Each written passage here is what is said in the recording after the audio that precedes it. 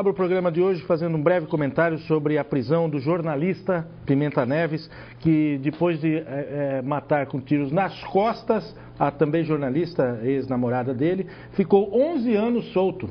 Isso é um absurdo, né? São coisas e ser réu confesso, né? Ficou 11 anos solto. E ontem a ministra que deu o último voto lá no Supremo, o caso foi parar no Supremo, né?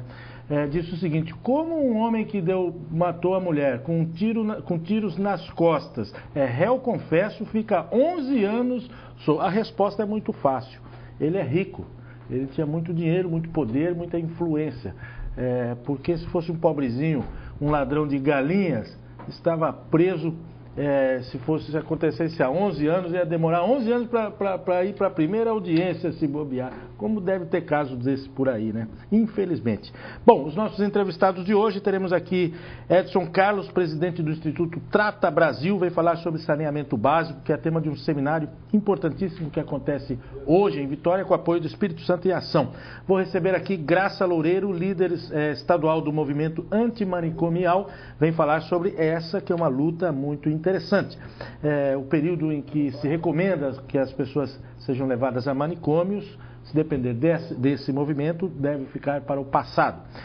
E amanhã é o Dia Nacional de Combate ao Glaucoma. Estou recebendo aqui o oftalmologista Dr. Caetano Belotti Filho, vem conversar com a gente sobre essa doença muito silenciosa, cujos sintomas não surgem assim quando surgem os sintomas, muitas vezes, ou quase sempre, é tarde demais. Dr. Caetano, muito obrigado por ter vindo, boa tarde. Boa tarde.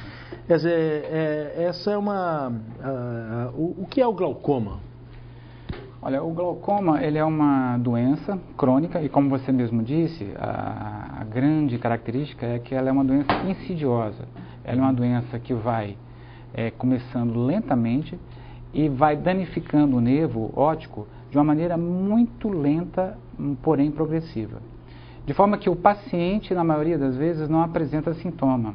Quando ele vai apresentar o sintoma, já é numa fase muito avançada da doença. E esse dano no nervo, uma vez estabelecido, ele é irreversível. Tanto que o glaucoma não é a principal, hoje em dia a catarata é, sem sombra de dúvida, a principal causa de cegueira no mundo. Só que a catarata, mesmo o indivíduo estando cego, você opera e ele volta a enxergar. Já o glaucoma, uma vez estabelecido o dano, é irreversível. Daí a importância de se prevenir logo no começo. Quais são as formas de prevenção? Olha, como é uma doença assintomática, o que a gente chama atenção? Bom, realmente o paciente vai precisar fazer exames periódicos, sem estar sentindo nada. E a gente chama atenção para aqueles pacientes que são mais predispostos, que apresentam um ou mais fatores de risco. Quais seriam esses fatores de risco? A idade acima dos 40 anos, tá?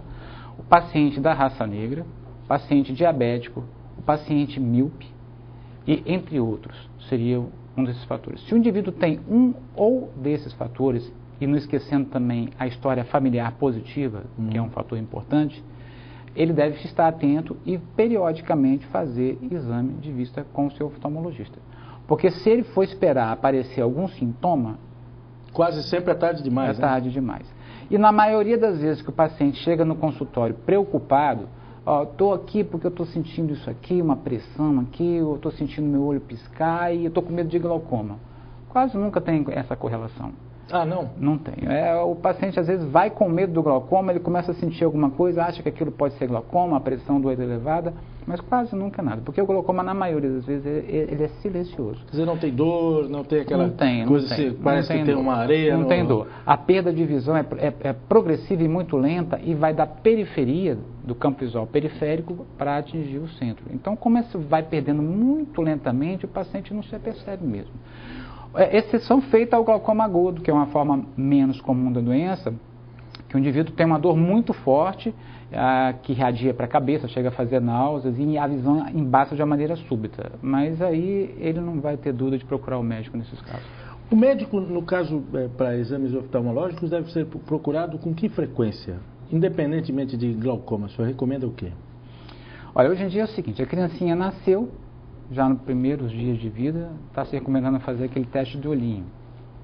Que isso aí vai fazer o diagnóstico de algumas doenças que podem ser congênitas, como a catarata, o próprio glaucoma congênito, entre outras, algum tumor de retina.